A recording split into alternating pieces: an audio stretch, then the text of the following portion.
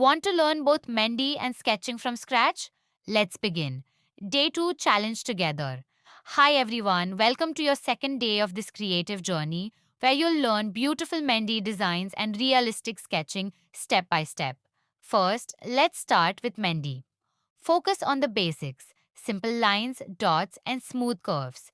These small elements are the foundation of every stunning design you see. Take your time and practice steady hand movement. Try drawing straight lines, then move to curves and tiny floral patterns. Don't rush. Control is more important than speed.